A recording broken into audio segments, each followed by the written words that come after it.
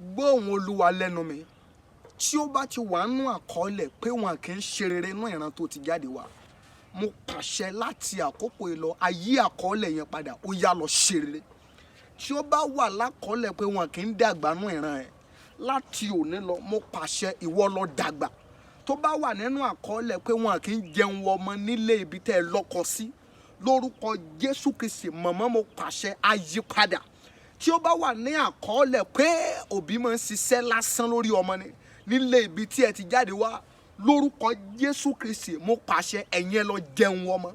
Tí ó bá wà ní àkọọ́lẹ̀ pé wọn kì í dúró tọ́mọ nínú ìran tí ẹ ti wá, mo pàṣẹ lórúkọ Jésù Kristi ti Násárẹ́tì nínú ayọ̀ ẹ lọ tọ́mọ. Tí ó bá wà ní àkọọ́lẹ̀ pé wọ́n máa ń gbà àgbànú àdúrà ni nínú ìran tí ẹ ti wá, ohùn Olúwa jáde sí yín lónìí, àkọọ́lẹ̀ yẹn yí padà. Tí ó bá wà nínú àkọọ́lẹ̀ wípé wọ́n máa ń ṣiṣẹ́ bí erin jẹ̀jì rí nílé yín ni, ohùn Olúwa jáde sí ọ lórúkọ Jésù, ṣe àmín, àkọọ́lẹ̀ yẹn Olúwa yí padà.